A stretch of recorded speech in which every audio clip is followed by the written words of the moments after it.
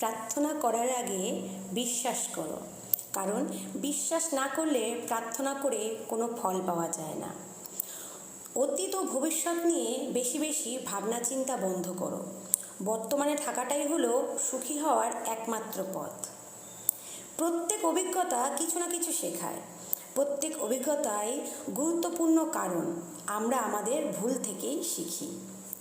জীবনে সব কিছুরই একটা নির্দিষ্ট সময় আছে, তাই ধৈর্য ধরো ও কৃতজ্ঞতা প্রকাশ করো নিজের জীবনের প্রতি ও ঈশ্বরের প্রতি। যে ঠকে সেও কাঁদে, এমনকি যে ঠকায় সেও কাঁদে। পার্থক্য শুধু দুদিন আগে আর দুদিন পরে। অল্প বুদ্ধিসম্পন্ন বন্ধু থাকার চেয়ে একা থাকা অনেক শ্রেয়।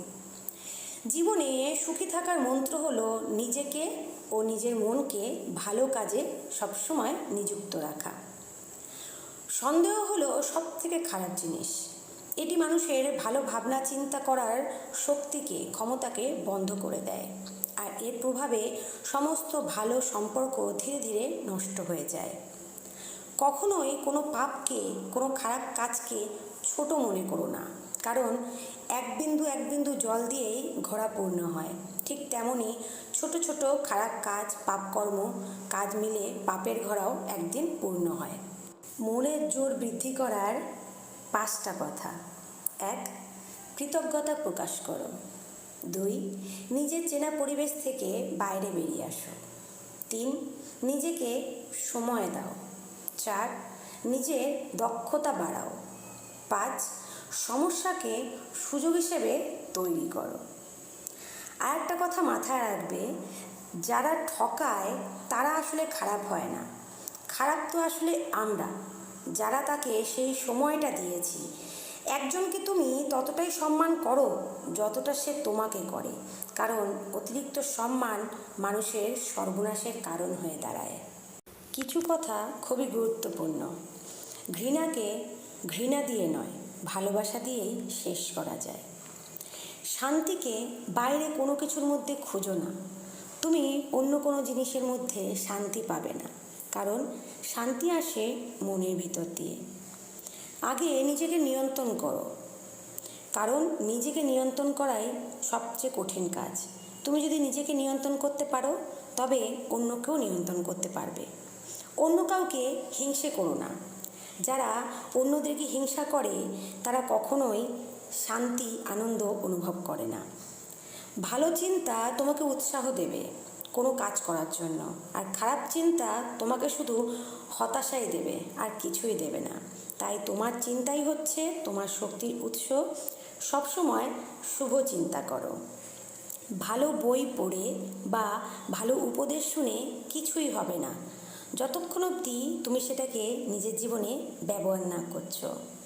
তুমি যদি সত্যিকারে ভালোবাসতে জানো, তাহলে তুমি কখনোই কাউকে কষ্ট দিতে পারবে না, অভিশাপ দেবে না, কারণ যিনি উপরে বসে আছে তাহলে তিনি আর তার বিচার করবেন না। 10. হাল ছাড়ার আগে শেষবার চেষ্টা করো। কিছু কথা আমাদের কখনোই বলা উচিত না। আমার ভাগ্য খুবই খারাপ, আমার সারাটা দিন আজ খারাপ যাবে, আমি কোনো কিছুর যোগ্যই না, আমি অযোগ্য। যদি কোনো কাজে বা পরীক্ষায় ব্যর্থ হও, তাহলে যদি এই কথা বলা হয়, আমি কখনো সফল হতে পারবো না, আমি সবসময় অসুস্থ থাকি, আমি সারা জীবনই গরিবই থাকব, আমার স্বপ্ন বোধহয় আর কখনোই পূরণ হবে না। কাউকে ঠকিয়ে নিজেকে বুদ্ধিমান ভেবো না, কারণ সময়ের ব্যবধানে একদিন তুমিও ঠকবে। তুমি অন্যের কথা শোনা মাত্রই উত্তেজিত হয়ে যাও। আগে কথাটা শোনো, তার সত্যতা যাচাই করো, তারপর তা বিচার করো।